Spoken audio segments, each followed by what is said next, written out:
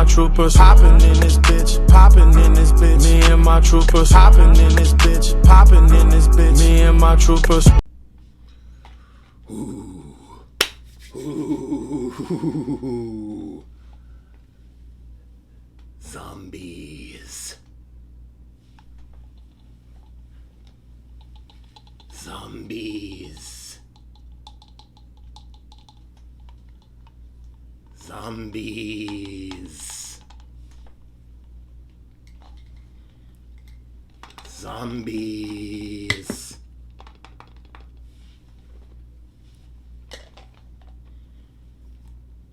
Zombies.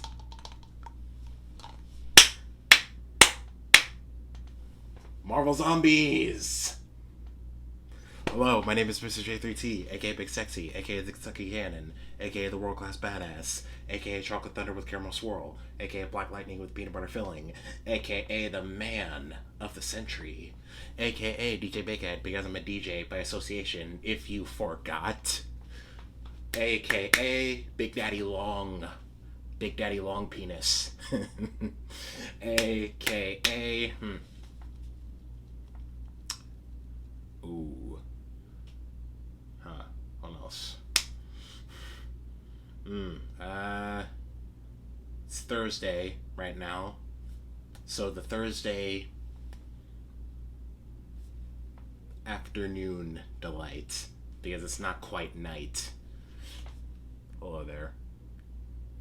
I would have made an episode on episode 5 of Marvel's What If, Marvel Zombies, yesterday, but some stuff happened yesterday, and I just couldn't get it done yesterday, but that doesn't matter. Here now. Marvel Zombies. So, if you couldn't tell already, we're talking about Marvel's What If, Episode 5, which is what if the Marvel Universe turned into zombies? What if there was a whole zombie apocalypse in the Marvel Universe? Now, if you've been rocking with me for a while now, you know that when I first talked about Marvel's What If, when I first talked about this show, I said that I was waiting on Marvel Zombies. I was waiting on this episode. And all the rest of my videos talking about the episodes of What If, I said that I've waited for this episode. Even in my Shang-Chi video, I said I was waiting for this episode. So now I finally have it. It's finally in my presence. It's finally here, and I finally watched it. The episode finally made its way into my eyeballs. So, what did I think about it? I'll tell you, but first, let me explain what happens. Well, not explain, let me tell you the plot. So, this episode takes place in an alternate universe where it's basically the same as the kind of sort of the same as our main MCU universe.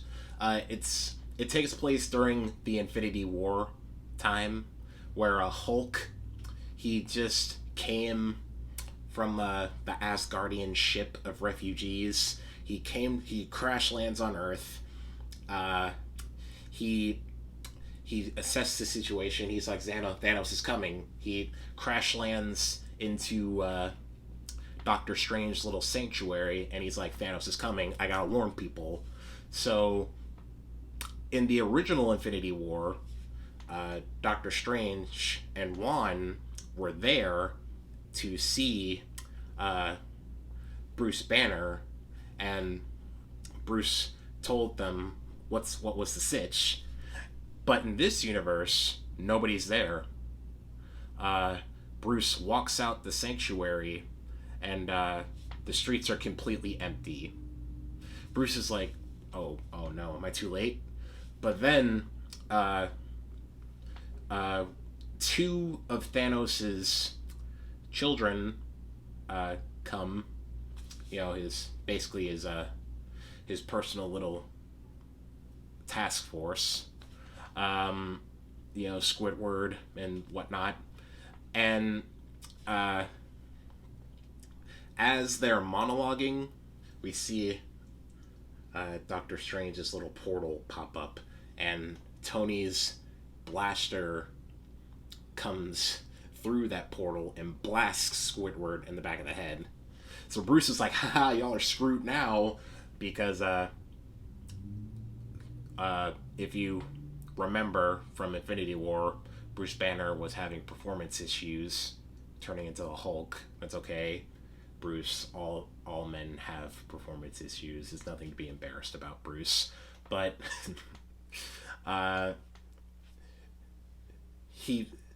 Bruce is like, aha, y'all are screwed now. But then he notices that they're kind of going a little overboard, a little overkill. Bruce is like, all right, I think you got him. But then Tony turns around, reveals that he's a zombie.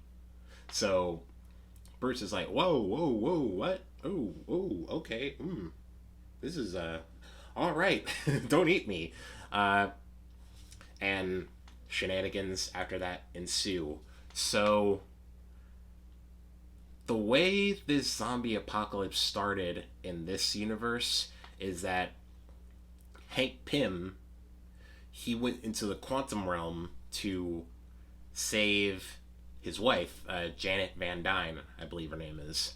But as how these things go, while Janet was in the quantum realm, she caught a little something. She caught a little something, if you know what I mean. She caught a little thing. She caught a little something that messed with her brain. And when Hank walked up to her, she turns around. He takes off her mask, and boom! She's a zombie. And she proceeds to nibble a little bit on Hank, who then goes back to the regular world and almost immediately starts to nibble on other people. And then those people start to nibble on other people. And within a day, the zombie apocalypse is everywhere. Zombies are everywhere. The Avengers come in to try to assess the situation and try and get control. But as Captain America was about to give orders, we see a tiny little Hank Pym, zombie Hank Pym on his neck, just nibbling away on Captain America's neck. But then Hank Pym turns big and starts nibbling on Captain America some more. And then eventually the other Avengers started getting nibbled on. Which I gotta say,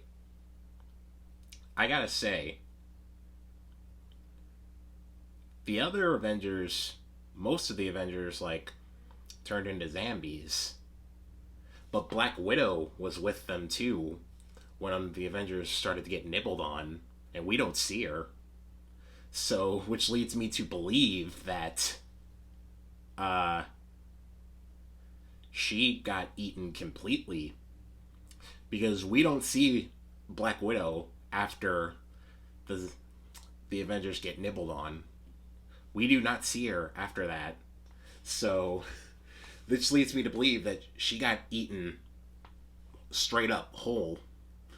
So, because throughout the episode, I was just like, dang, everybody else, like Captain America, Falcon, Hawkeye, all of them, Iron Man, all of them got turned into zombies, but Black Widow, ooh, she got completely eaten.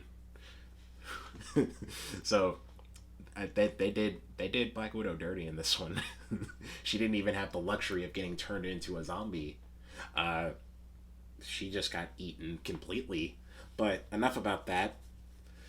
So we have our group of survivors: Spider-Man, Bucky Barnes, Bruce Banner, Hope, Hope Ant-Woman, and what's Sharon Carter, and another person. He was the same guy from Ant-Man movies. You know, the Baba Yaga guy. I forget his name, but he's there too.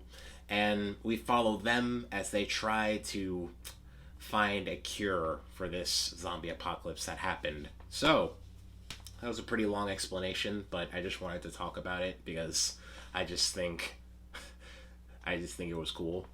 But I've been waiting for this episode for a long time. Now I finally have it. What do I think about it? What do I think? I liked it a lot. In fact. Now, probably my favorite episode, maybe, because the episode after this, episode 4 was a banger. Episode 4 was great, but this episode, I liked it a lot. There's a whole thing going in this episode where Peter, Spider-Man, he's sort of like the light, you know? He's sort of the hope, kind of, you know? Because even after all this stuff happened to him, he lost Tony, he lost Aunt May, so Aunt May got nibbled on. Presumably he lost his friends, too. He just kept smiling. So there's just this whole thing where Peter was sort of like just trying to stay happy and stay positive, and I liked that, his little arc throughout the episode.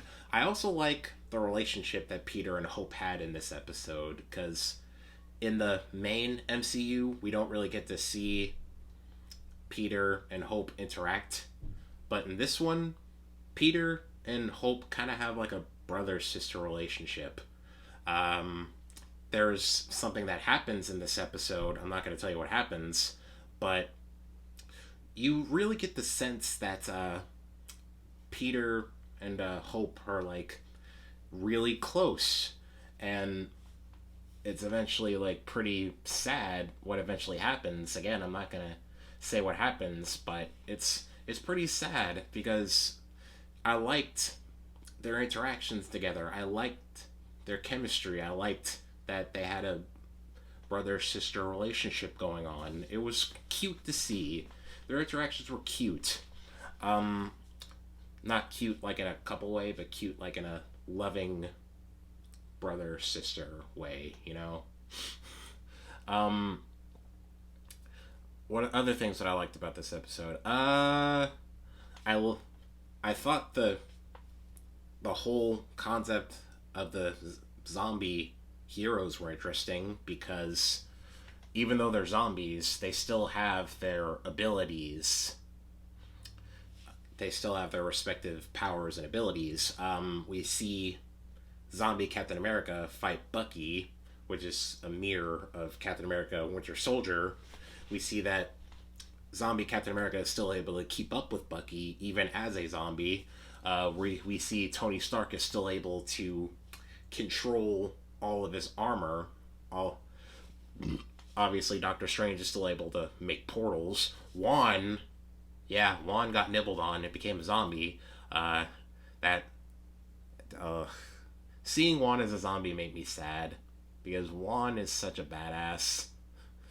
If you don't know who Juan is like a sort of Doctor Strange's partner in crime, or I guess partner in heroics. Juan is such a badass. It made me sad seeing Juan as a zombie, but Juan's still able to use magic and make portals and all that, cast spells and stuff. There was one point in this episode we see Scarlet Witch. She got nibbled on and became a zombie, and oh my god, that is the scariest shit.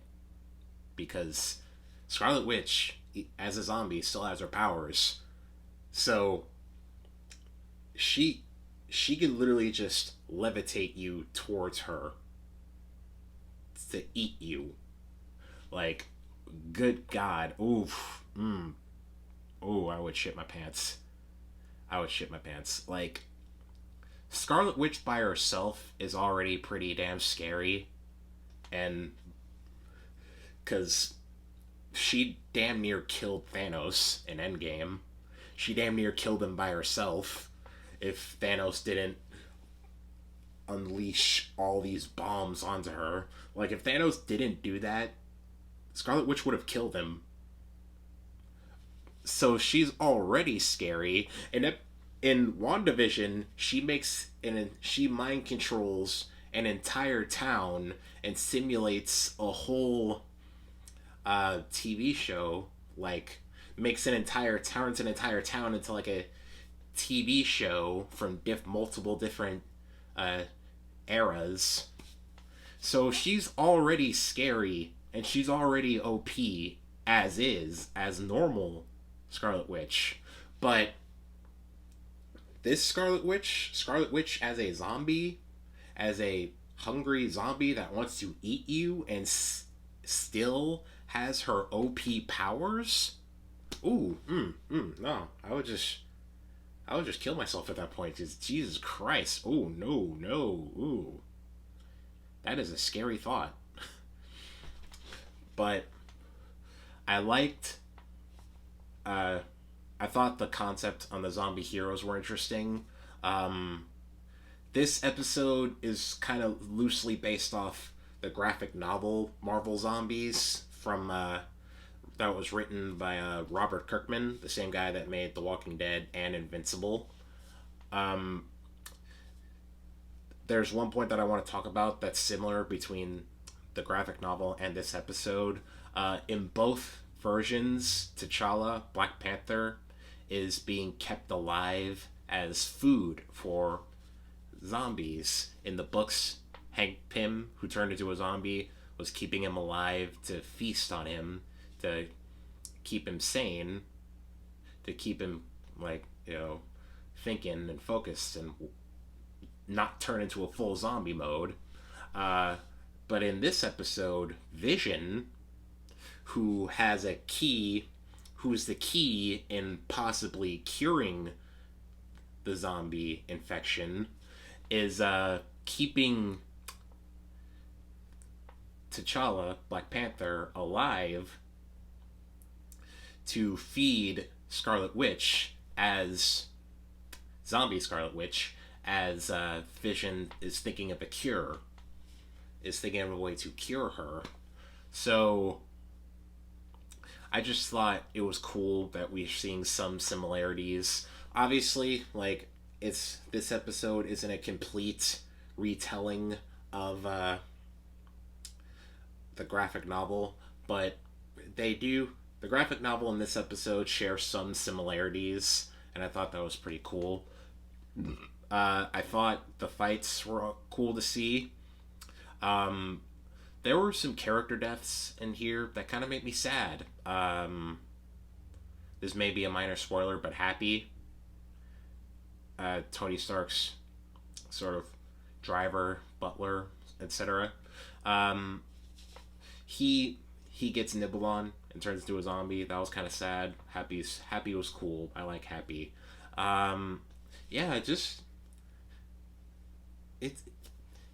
This episode was just filled with pretty sad deaths. Like, it was sad to see some characters in this episode go, but it also had awesome moments too, because Bruce Banner eventually gets over his performance issues and turns into the Hulk, and he squares up with zombie Scarlet Witch, and that's a fight that I want to see a lot. We get to see glimpses of it, but like, we don't really get to see them fully have a head-on fight. We don't get to see it fully, but yeah, I want to see that more, because that's a fight that I'm interested in, even though I'm like 99% sure that Scarlet Witch will probably win, because she's just that damn OP. But so is Hulk. He's also OP too, so that would be an interesting little battle there, an interesting little tussle, an interesting little kerfuffle, if you will. But overall, I really liked this episode. I thought the fights were great. It had some heart and emotion. It was also pretty funny too, especially when Scott Lang shows up, because Scott Lang is he's like a head in a jar, right? Because Scott Lang, Ant-Man, the new Ant-Man, Scott Lang was one of the first people that Hank nibbled on when he got back to reality, but he got saved, he got cured, and he's now in a head in a jar. And the way he copes with everything that happened to him was telling jokes. And so did Spider-Man too. Both of them were funny. Both of them were cool. This episode was funny. It had a lot of heart. It had some sad moments, and it had some cool action scenes with a huge cliffhanger at the end.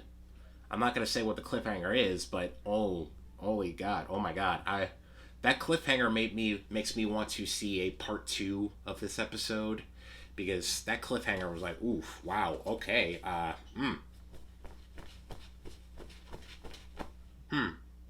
want to know what happens next. Show me more, please. So hopefully we get like a part 2 of this episode, because you can't just leave us off on that cliffhanger and just expect us to move on. No. Like, you just can't. So, I hope we get to see what happens next in a potential part 2, but only time will tell. But for now, I give this episode a double thumbs up with a J3T stamp of approval. It's probably my favorite episode so far, with a close second being last week's episode, where Doctor Strange loses his heart and tries to revive his love interest and proceeds to lose his goddamn mind. The fourth episode is my second favorite. But yeah, I really like this episode. All the episodes have been good to great so far. And yeah, that's about it. So if you like this video, give it a thumbs up. But if you really like me, consider subscribing and ring that bell so you always know whenever I upload, because it's free. And if you don't, not only will my brother CJ come get you, but my mom will too. And my mom is a person you do not want to mess with. Take it from me. You do not want to make her angry. And if you don't subscribe right now, you will make her angry and she will come after you. So yeah, subscribe. Deuces.